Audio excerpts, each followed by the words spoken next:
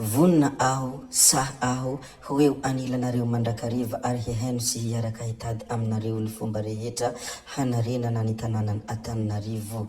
Olona tsotra aho, olona fihavanana aho ary tsy manana fahavalo politika. Ny ihany ny fahavaloko dia ny korontana, ny tsy fandriampahalemana ary ny fahantrana. Matoky aho fa ho avy mamiratra ary tena rehareha ny tanànany Antananarivo mba ho modely amin'ny lafiny fitantanana sy fampandrosoana ary sosialy ka tsy hisy hadinona na ho voahilikilika.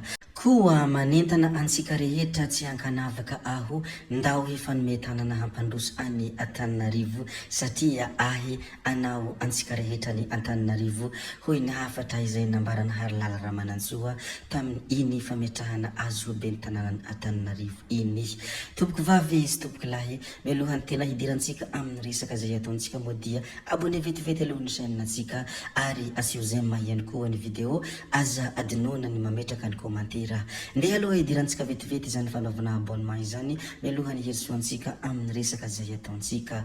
Ndao ary tompoko lahy, ndao ary tompoko vavy, abonné vetivety ary ny chaîne antsika.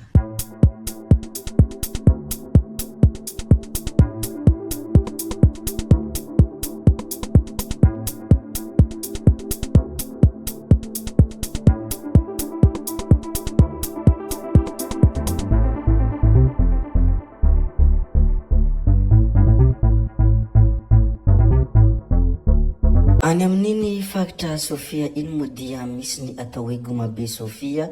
Gomabe Sofia mitambatra mametraka fampandrosoana maharitra.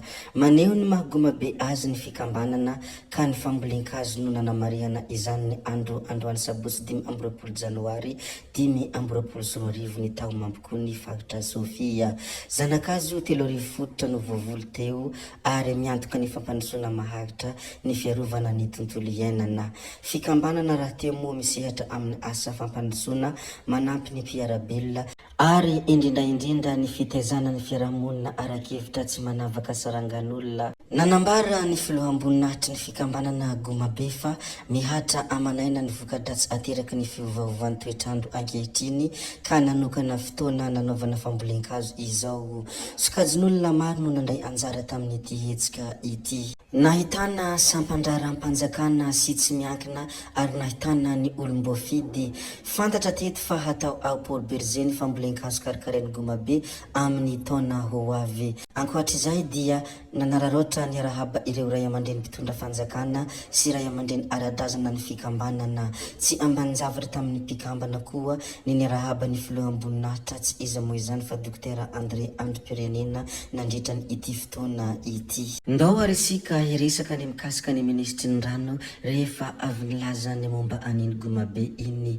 Ministry ny rano Andriamatoa Randrianamelasoa Lalaina dia nidina ifoto ny teny amin'ny renivohitra ny faritra Bongolava. Tonga nidina ifoto ny teny amin'ny renivohitra ny faritra Bongolava moa i Andriamatoa Randrianamelasoa Lalaina ilay ministry ny rano ny fidiovana sy ny fanadiovana. Amin'ny maha ministra mpiahy ny faritra Bongolava ny tenany dia miadisisika eo anatrehany gouvernemanta ny tenany ho amin'ny fampandrosoana ny faritra Bongolava. Niona mivantana tamin'ireo ben'ny tanàna vaovao miaraka tamin'ireo talem-paritra sy ireo tompon'andraiky mpanjakana ao Bongolava moa Andriamatoa ministra ka nametraka paikady isan'ny kominina tsirairay avy hanatanterahana ny fitondram-panjakana iny ifotony. Anisany voalaza nandritran' izany ihany koa ny hoe fitom-piasana ny taona 2024 ka efa mipetraka ny drafitrasa ho fanatsarana ireo lalana kominala mampitony kominina tsirairay avy amin'ny alalan'ny ireo solombavam-bahoaka voafidy tao Tsiromandidy, ny prefet Tsiromandidy, ny gouvernoura mpisolo-toerana, ireo manamboninahitra sivila sy miaramila ary ireo talem-paritra rehetra ao Bongolava. Firaisakina antoky ny fampandrosoana hoe hafatra izay nambarany. Rehefa avy nilaza ny mikasika an'iny Bongolava iny sika, ndeha ary sika ilaza kely ny zavatra misongadina ao amin'ny Facebook ny andro vitsy lasa izay. Iarahantsika mahafantatra ary tsy misy tsy mahay raha mbola olona mpanao Facebook ny pejy anankiray izay mitondra anarana hoe vaovao androany. Matetika lazaiko ato moa izany pejy izany, anisan'ny manaparitaka vaovao hafahafa foana ity pejy ity ary manafitohina ny olona sy miantsimiantsy misy ady amin'olona ihany koa.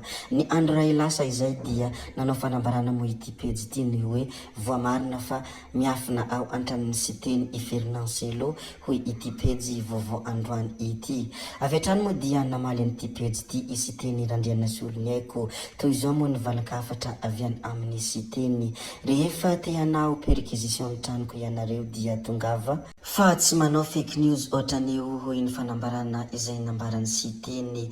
Ny olana kidnapping sy ny vidim-piainana izao no mamono ny malagasy mpiray tanindrazana hoy hafatra izay nambarany siteny hatrany raha nandefa valakafatra tamin'ity pejy izay mitondra anarana hoe vaovao androany ity. Ny hafa manaraka izay ho resantsika ihany koa dia nandray ny andraikitra tandrify azy avy hatrany fa tsy ny andro ela na tsy mbola nandray ny fitantanana ny komina ny ben'ny tanànan'ny komina ambanivohitra Ambohitrolo Mahitsy vaovao tsy iza moa izany fa Andriamatoa Randriamparany Jean Bosco sy ny ekipany fanidina ifotony ny jery ny voina nahatra tamin'ny mponina tao amin'ny fokontany Ankatso. Tsy nidina tanam-polo nefa ny tenany fa nitondra izay voatsiramby ny tanany ihany koa nanolotra vola sy fitaovana hanarenana maika ny tetezana simba ary mbola nanolotra vary ihany koa ho ataon'ireo manatanteraka ny asa fanarenana sakafo. Anisany vahaolana noraisina avy hatrany moa ny hanamboarana ny lalana manitsy mankany amin'ny tanimbary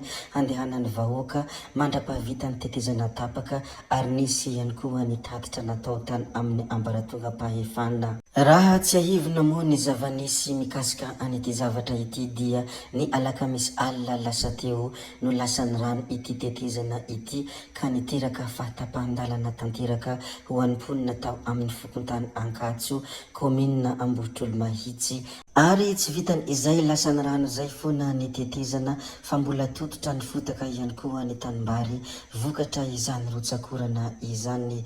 Izany moa ny zavatra nitranga teny antoerana ny alakamisy alina lasa teo koa dia tsy niambahamba ary tsy niandry ela akory ilay ben'ny tanàna mbola tsy namindram-pahefana fa tonga dia nandray andraikitra avy hatrany nanatanteraka ny asa fanamboarana sy fanarenana an'ity tetezana ity. Ny hamaranantsika ity video ity indray dia miantefa tanteraka amin'ireo tanora ho an'ireo tanora tia lamody ho an'ireo tanora tia fitafy manaraka ny toetrandro any amin'ny Yo Galerie no tena misy lamba tsara ary tena maharaka ireo rehetra mandalo ary ny fitafy rehetra hitanao amin'ny boutique Yo Galerie io dia manaraka toetrandro avokoa. Ny toerana misy an'izany boutique Yo Galerie izany moa dia eny amin'ny 67 hectare nord-est iny ao Andamosiny Mada Hotel Mandalova ary tena tsy miavona ny olona ao fa tena mahay mandray olona.